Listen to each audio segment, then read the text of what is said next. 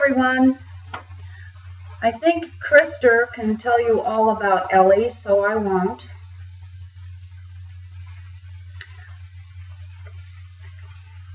Ellie and I have worked together for 13 years, and we have worked together on prisms. Chadwick Optical, as Krister has told you, manufactures a lot of things. These are lenses for hemianopia that we do manufacture, but we are not terribly proud of them. We try to discourage people from using them. There are drawbacks to them. There's a blind spot at the apex, and it sacrifices central vision. There is no fitting protocol for these, so it's all trial and error on how much prism or the prism placement. The image jump actually scares people, the image jumping in from the blind side, and the anecdotal rate of acceptance is about 20% based on what we've heard, and patients mainly disregard and discard them after about 3 months of use, which we don't know how to read that. One of the things that we think is maybe just the apex line running down the side provides a scanning goal for the patient, but that's an awfully expensive solution when actually a magic marker line drawn down the lens is a lot more effective and cheaper. So Ellie, knowing these designs and knowing their drawbacks, had a brilliant idea in 1999. He was at a presentation and he was presenting the drawbacks of these other methods. And on the plane trip home, he said to himself, what would an ideal design be? And that the ideal design would not be to interfere with central vision, to maximize the field using very high power prisms, and could be easily fit by anybody, and not be thick and unsightly, be inexpensive and lightweight. Well, he came up with the Peli Lens, which we see. Let me introduce Robert here. You'll see Robert in many of these pictures, including this one. And so you'll see where the prisms are placed in that slide. And that's over and under central vision. And because the patient is not looking directly into the prism, you can use a great amount of prism. Because in the peripheral, superior and inferior peripheral field, you will not get diplopia unless you look directly through the prisms. So in 1999, Ellie recruited 12 patients from his practice and fit them with temporary press-on prisms like we are going to do here today, 13 years later. He had a 75% acceptance rate with those people. A couple of them were quadranopes, most of them were hemianopes, but you can fit these for quadranopia and hemianopia, and also we're getting tremendous feedback from doctors here that have fit people with spatial neglect with great success, because it's impossible to train someone with spatial neglect to scan over. So scanning techniques are wasted on the spatial neglect people, but the Peli seems to work. I also want to point out by this slide that there have been many, many articles published since then, since 1999. I met Ellie in about 2002. He encouraged me to apply for 2 major government grants, which I received, totaling over $1 million. So there's a lot of research and clinical trials that have gone into the development of this lens, and we want to share it with you. You can see the research, many of the articles, on my hemianopia.org website.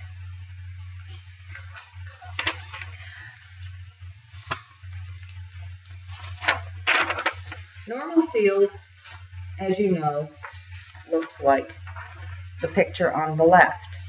Hemianopic vision you're also familiar with. And the 40 diopter visual field with the 40 diopter prisms applied is the figure on the right. So you can see that there's a significant amount of field expansion. And you may want to examine those pictures and look at the lamp. The lamp in the middle moves over to the left significantly. But there is a defect in that, and that there's a blind spot at midline, which we'll correct later. We see the 40 diopter, which can be used with the press-ons on the left. Then we're going to the ground-in prisms, can be ground in with the 40s, but the press-ons are adequate. We grind in a prism like this into a lens with the 57s, both horizontal and oblique. You'll notice that the oblique closes the gap at midline. Now we're going to cut and show how to fit the Peli Lens. First, you're going to need a fitting kit and a patient. And the fitting kit includes the little 40 diopter prisms,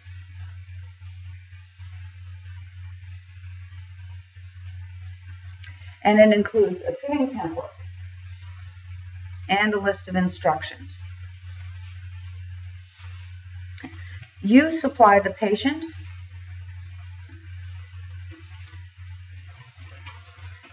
a pair of glasses to the patient's prescription that we can affix the prisms on. We need a PD ruler, a marking pen, and you probably have occluders in your office, but I use a Post-it note. And we'll also need something for cleaning the lens.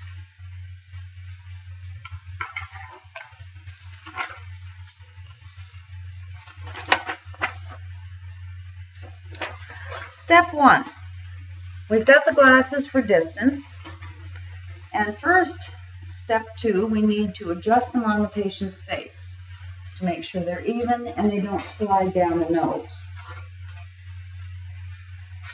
Looks good.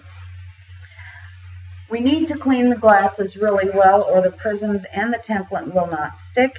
It would be a good idea to have some Scotch tape handy. You'll see later. We then need to dot the patient's pupils with the marker, and we want to dot on the hemianopic side because these are a monocular fit, and we're just going to fit in the direction of the hemianopia. In Jonathan's case, he's a right hemianope. We're going to do the right lens. So I will do the same with Robert.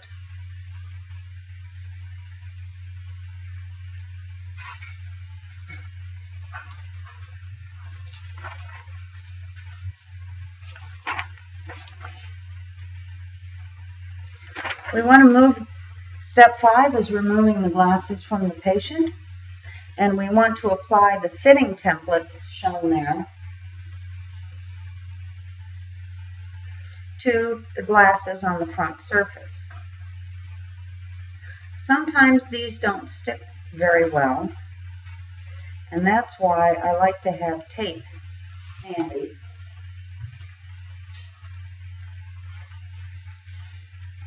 Just to keep them secured.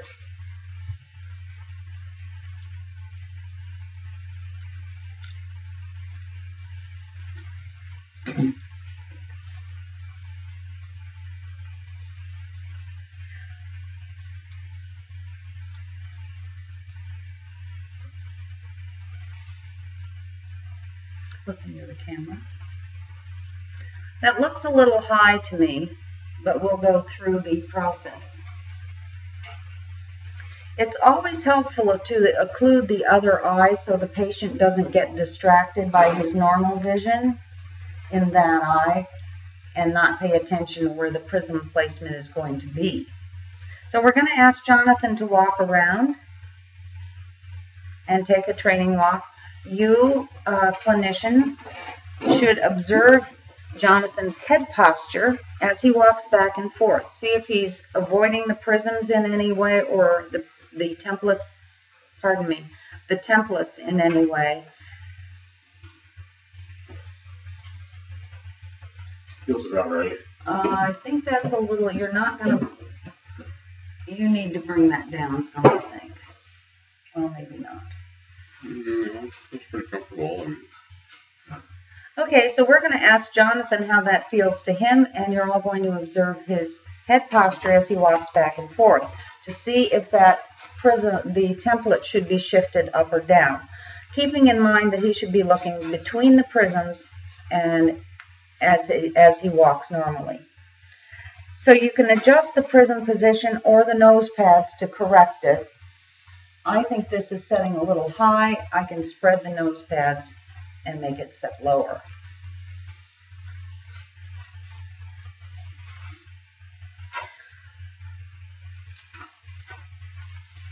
Step 7.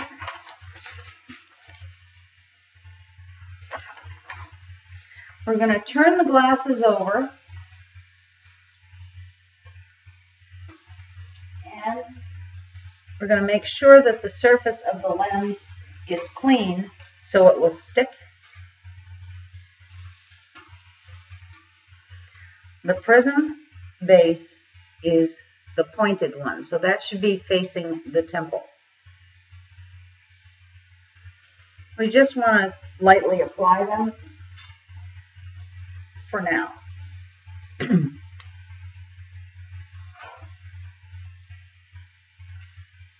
Just make sure they're in a position that they can stick and not fall off.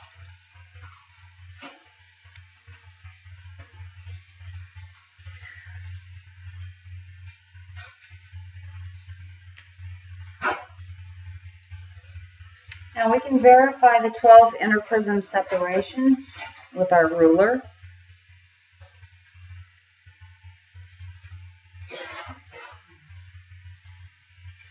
The 12 separation works in 95% of all cases. If somebody has a very flat bridge and the frame fits close to the eye, you may need to narrow the separation. If someone's vertex distance as a result of a large nose is large, then you can split the inner prism separation.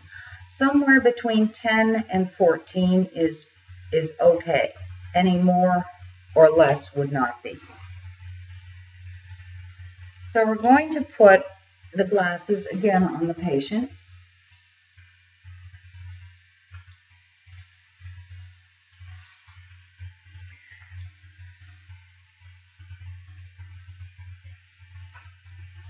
And it looks good. So we pressed out the large air bubbles, and so we've got them back on the patient, and we can now instruct the patient in the use of the prisms. It may be helpful, depending on the patient, to leave the occluder on. It is your clinical decision whether to do that. If the patient is not responding to your instructions, you may want to reapply the occluder. For this, I'm going to leave the occluder on. Would you look at me, Robert? Jonathan, please look at Kirsten. And Kirsten is going to move, and I'm going to move my hand into midline. And I'm going to ask Robert if he sees my hand in the prisms. No. Now do you see my Yes. hand in the prisms? Do you see my hand in the prisms now? No. How about Yes. now? Yes.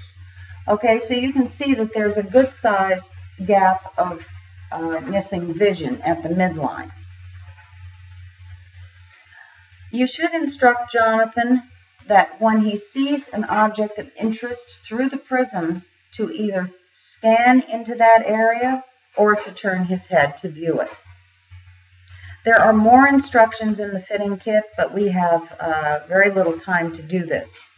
Now, we want to proceed to the training walk, and I can't do that here with Robert and still be photographed. So Jonathan and Kirsten, please walk down the center aisle or around the conference room, and you want to graduate from uncluttered places to cluttered places, and ask Jonathan to pay particular attention to what he's seeing in the peripheral view over and under. He should not look in the prisms, but he's got peripheral, superior, and inferior vision that he is going to be using to detect objects in the prism.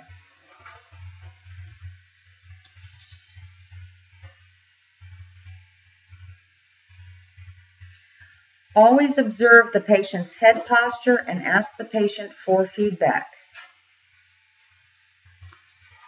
The patient's going to be wearing these full time, not you, the doctor. Optometrist. After the training walk, if you feel the need to adjust the prisms, go ahead and do it. And always ask for patient feedback.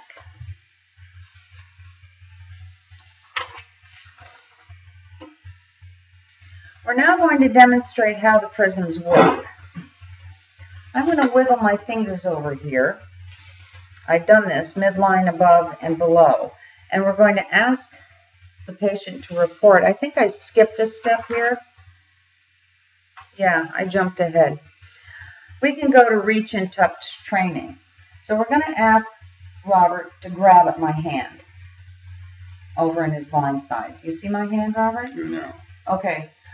Now, Robert sort of practiced at this. Stop. Robert's practiced at this. So, but a new patient wearing the Pelis would probably take 2 or 3 tries to grab accurately at the hand.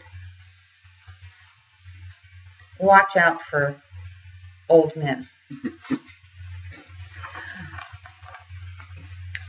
So we need to instruct the patient that at home he can play, or he or she can play the grabbing game with children. They love to do that. And walking around the house, if an object, a familiar object, is detected through the prism, to reach and touch it and practice the perception in that way. Now, I think we have a final fit. We want to prepare to send the patient home. So we're going to remove the glasses from the patient and affix the prisms in the final position, which we're not going to have time to do here, but I think we all know or have applied Fresnel press-on prisms. The lenses have to be clean.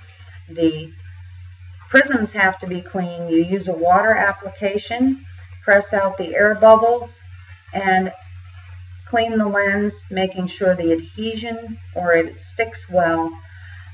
And tell the patient to not touch the prisms for about 24 hours while that sets into place. Always document the final fitting positions, either by photographing them for your files or by documenting the measurements on paper. Best way to do that is to measure as you would a flat top bifocal from there, from the top of the prism, then measure the inner prism separation, and also measure that from the bottom of the frame, the lower part of the upper prism. We'll assume that that's been done. We're going to put the glasses on the patient. We're going to give the patient cleaning instructions, which are in the fitting kit, which instructs the patient how to clean the lenses at home and care for them. We're going to instruct the patient to only wear these prisms in familiar places for 2 weeks. It's best if they're in unfamiliar places, say a shopping center, that they have somebody with them that they can hang on to in case of disorientation.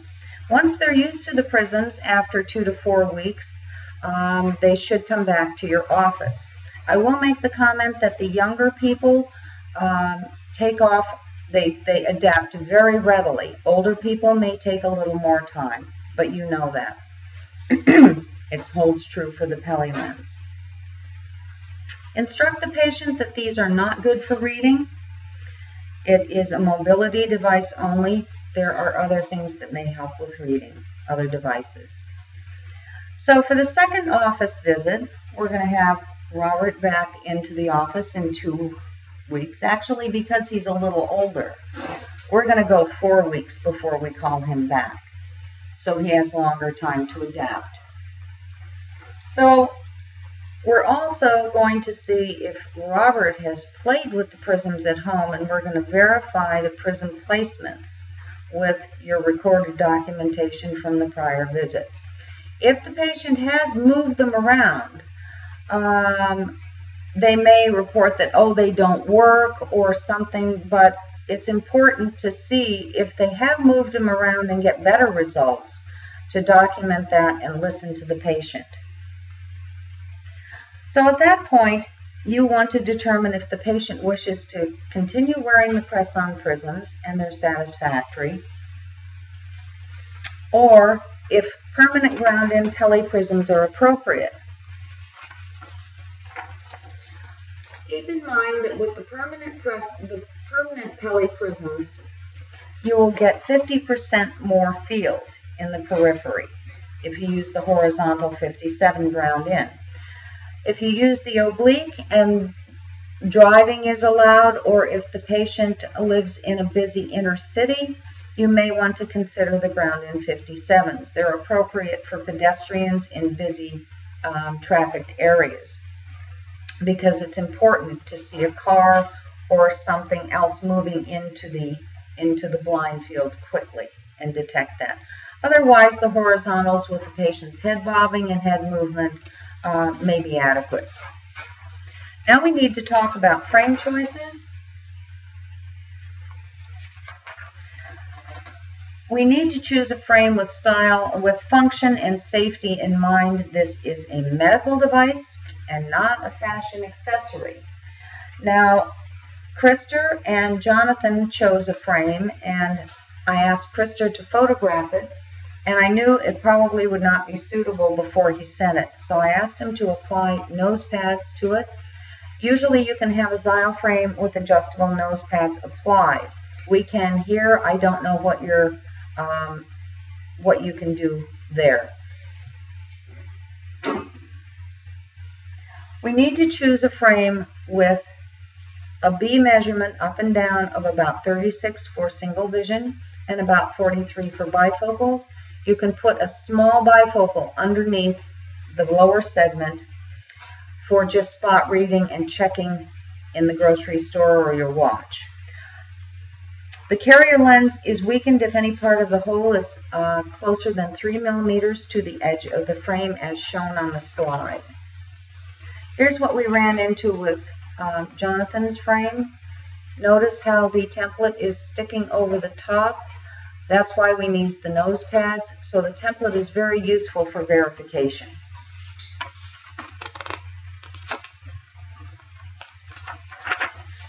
When you place an order, there's an order form that's shown. Fill that out. If you have any questions, contact me at Chadwick Optical. Affix the template to the frame you're going to send. Note that there's no rimless allowed or frameless allowed. And all the contact information is here and in the program. And I want to thank you very much. Thank you, Jonathan. Thank you, Krister. And thank you, Kirsten. Bye.